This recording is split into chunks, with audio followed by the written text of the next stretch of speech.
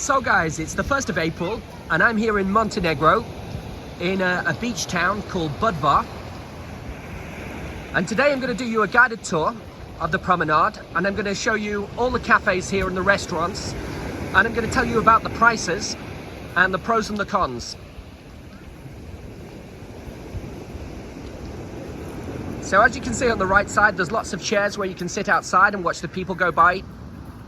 And there's all things for children here as well. Lots of things for children like parks, playground areas, swings, slides. Here just behind the promenade you can see a lovely park area, and you can see all the mountains. And as you can see, the beach has lots of stones on the beach, so it's kind of a dark yellow colour, a yellow-brown colour on the beach. The water's quite clear, but not as clear as in Cyprus, for example. And there are lovely mountain views right here from the promenade. And you can see the islands just across. There's all these different islands just off the coastline as well. The one thing here is you need sandals to go on the beach, because the beach are full of pebbles and stones, and it will hurt your feet. And the one thing here is, it's a nice resort, but the beaches are not very good in my opinion, because, you know, there's too many stones. The sand's a dark color. I prefer white beaches.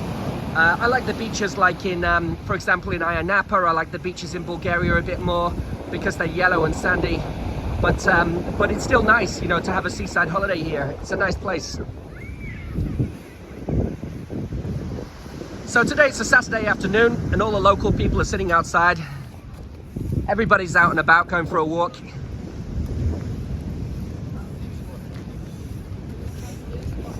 So I'm just going to do you a tour for about 10 minutes today, because I have to watch the Liverpool-Manchester City game.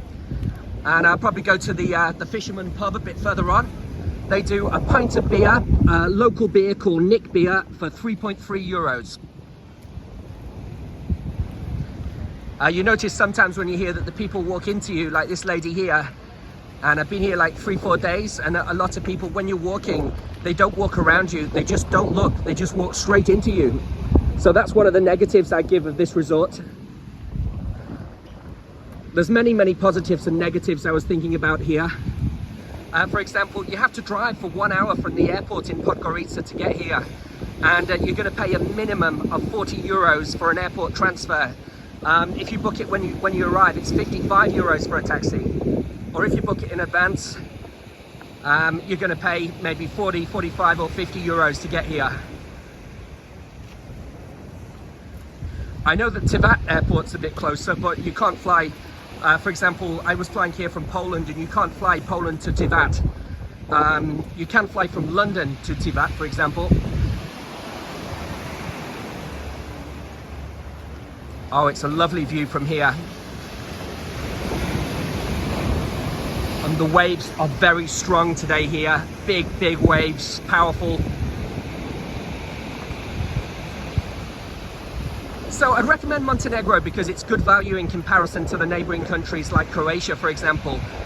Croatia's just located to the north of Montenegro, and Croatia's very expensive. Here, for example, in most of the bars you can get a pint of beer for about 3 euros, but if you're in Croatia it's about 5 euros for a pint of beer. The restaurants are very expensive in Croatia now, and my next door neighbors said to me, well, they've stopped going to Croatia because it's just all the tourists go there now and they want to take all of your money. It's very expensive there now. It's similar there in Croatia too. The beaches are also with pebbles like here. They're stone-based beaches also, so it's quite similar, and it has all the old towns just like here as well. But if you want to visit Croatia, you can actually drive to the border and you can cross over, but it's about 2 hours to get to the border, I believe, from here in the car. But people said there's complications crossing the border, so that's something to, you know, to think about as well. Maybe fly direct to Croatia. So on the right side we have the Torch nightclub. I went there last night. They had a live concert on. It was €5 to enter, and there's a DJ on as well, and all people dancing around. And in the day they have a chill out terrace You just go up those steps and you'll see the chill out terrace up there, and they have a pool there too. So let's just have a look.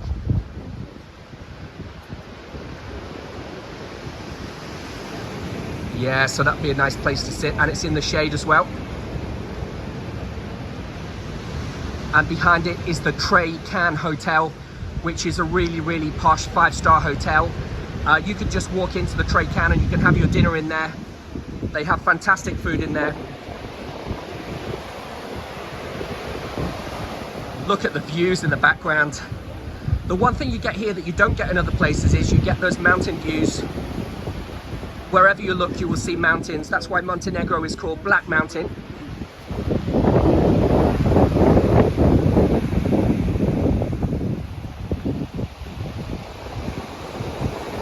And it's the 1st of April, but everything's open here. All the restaurants here on the promenade are open. And I found that everybody speaks English here as well. There's no problem with the language at all here. All the menus in the bars here and the restaurants are, first they're in Montenegrin, and then they're in English, and they're in Russian and Italian. So predominantly the majority of tourists here that come here are coming from Eastern European countries. And now recently, last few years, it's opened up to Great Britain, and all the British are coming here now. But I've seen people in my hotel from China, from India, from Russia, from all kinds of different countries.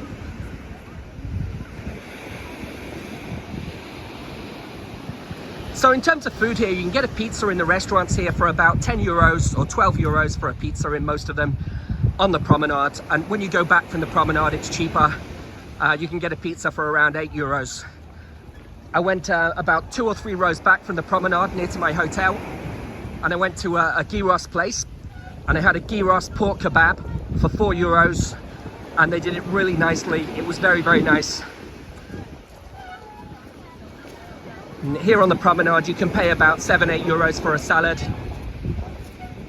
A coffee is typically around 2 euros for an Americano coffee or a cappuccino. The one on the left side here, I went there yesterday. It was €1.80 for a cup of tea. And you get table service to your table as well. It's called Zeleni Guy, and it's open at night time too. It's really busy actually last night, and it's quite a good one because it's like in the sun, so you get the sun for the whole day in this one as well. Oh, plenty of people there today.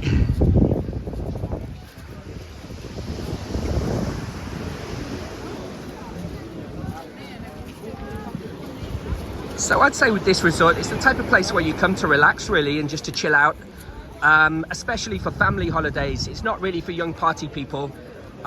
It's more for families and couples around here. It's very chilled out, very relaxed. So here's the Tropico, the boat outside.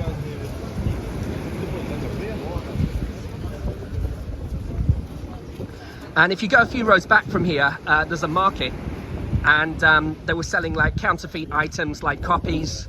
They were selling copies like Calvin Klein, Hugo Boss, Armani. They're selling the t-shirts for 10 euros each, and they had some other ones for 5 euros each from last season. So it was very reasonable. The quality was kind of average. It's not as good quality as when you go to Turkey and you get all the best copies over there. But when I entered Montenegro in the airport, they're checking my bag, and I had one real watch, a real Armani one, and 2 copy watches, and they were looking at the copy watches, and they said these copies are not allowed here in this country, so be careful what you bring here as well. You know, they check your bags at the airport, and you're not allowed any copies in your bag. I've never seen that before entering other countries, but they're very strict here on that. So in the background, you can see that they're doing building work there on the right side. It's some construction work and renovation. There's lots of new developments here, and they're not finished. So I class that as a negative of the resort, really, because they will be nice when they're done, but they'll take a year or 2 to be fully finished, you see. So it's like, at the moment, this resort is developing and improving.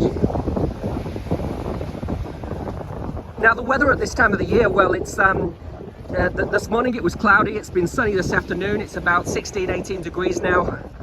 So it's really nice. If you come here for 1 week at this time of the year, you probably get about 4 days of sun, and you might get 3 cloudy days as well. You might get a bit of rain too, or you might be lucky and get a week of sun. But it's not as hot here as countries like Cyprus or the south of Spain. It's a bit cooler, so you know, you couldn't really come here, for example, in November or January. You know, I was out there in Cyprus in January, it's just hot and sunny every day, for example. And this resort starts at the end of March, April time. And then it's really, really busy all summer.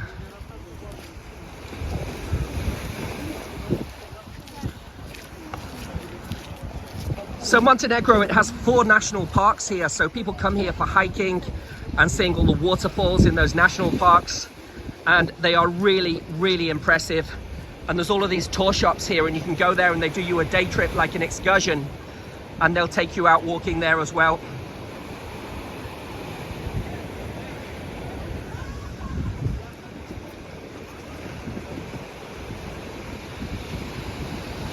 And there's a pier going out into the sea on the left.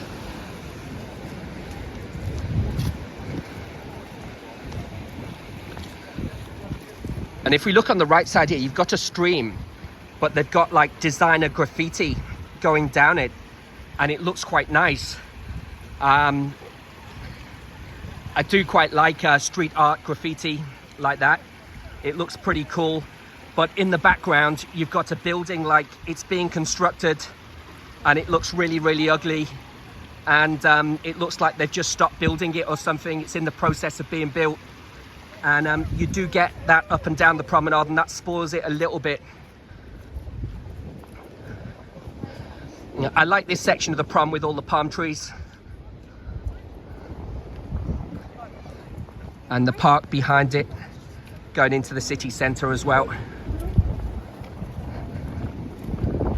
You find all these terraces along the prom, like this one where you can just sit outside in the sun.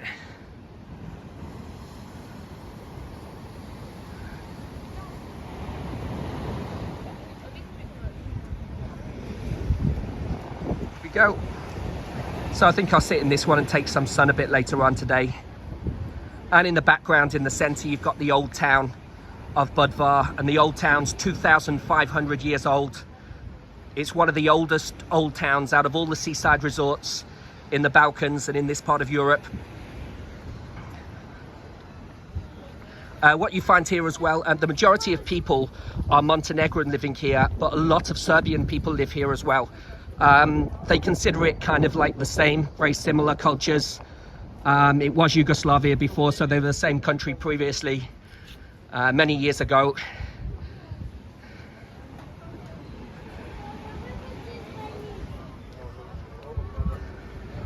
It's a Saturday afternoon, so everybody's enjoying their day. They're all out in the restaurants and the bars. It's busier today than previous days. Well, I live in Poland, so I'm looking forward to getting some sun today, because in Poland it's about 5 degrees right now. It's really, really cold. We actually had snow about a week ago, and we had some other days where it was sunny and it was 20 degrees. The weather's very variable in Poland in March. It's a strange month. And then it gets to May and it's just really, really warm and sunny, like 25 degrees or something. So there's restaurant Kral. Well, I don't know how to pronounce it. On the right side, that's where I'm going to have my lunch today. So they've got lobster for 17 euros for 1 kilogram. What are they have the mussels. What else do they have there? They have octopus. They have baby squids, calamari, sea bass. They have the big prawns, the tiger prawns there as well. They're 21 euros 60. Let's have a look here. What else they have here? And they have a fish plate for 40 euros. The mackerel's 13 euros. My favorite one's the mackerel, so I'll probably... Hi mate, how are you?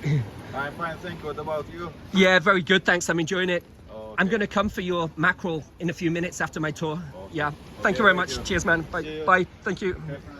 Yeah, they do mackerel for 13 euros. and it's on the grill, and you get potatoes with it. So I'm going to try that today. I can't wait. I love eating fish and seafood. It's my favorite food.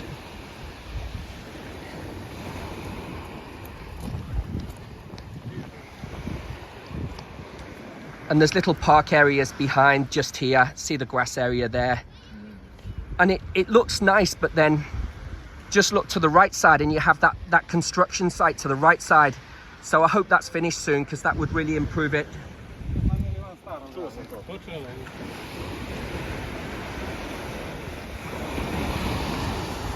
And there's all things to buy up and down the promenade as well. Here's some jewelry, for example. He's selling pictures of Budva and Montenegro for €5 each. Let's have a little look.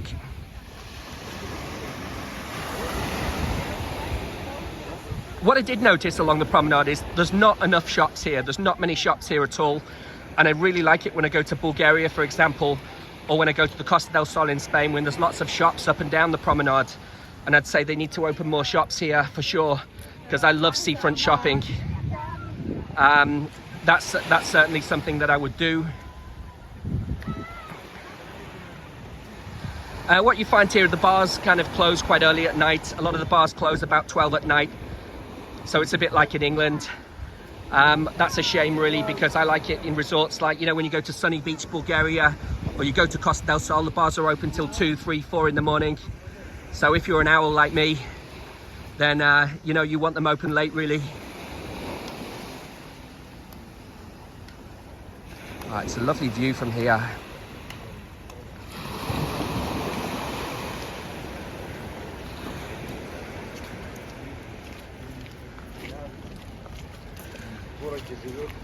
And the thing I do notice here is I don't see any Ukrainian flags here anywhere. I live in Poland, and when I've been abroad in other countries and most European countries, we have the Ukrainian flags everywhere to support them against the terrorism, and really I just don't see any flags here at all, and that disappointed me.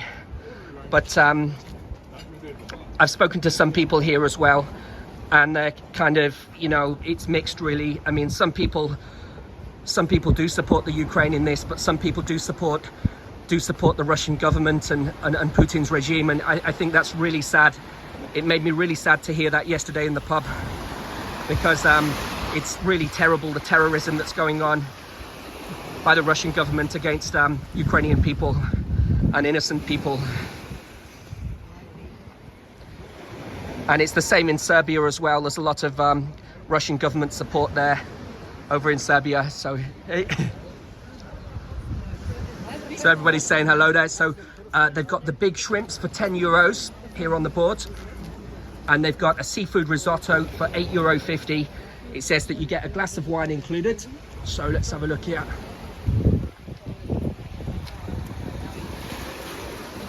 And what dishes do they have? They have the ham plate, ham with melon. They have smoked carp for €12, rolled eggplant for €8, carpaccio with meat for €12. They have a prawn risotto for €19. Anything else I'd like there? Spaghetti with seafood for €12. Well, I do love spaghetti with seafood. That's one of my favorites, so for sure I'd like to try that one.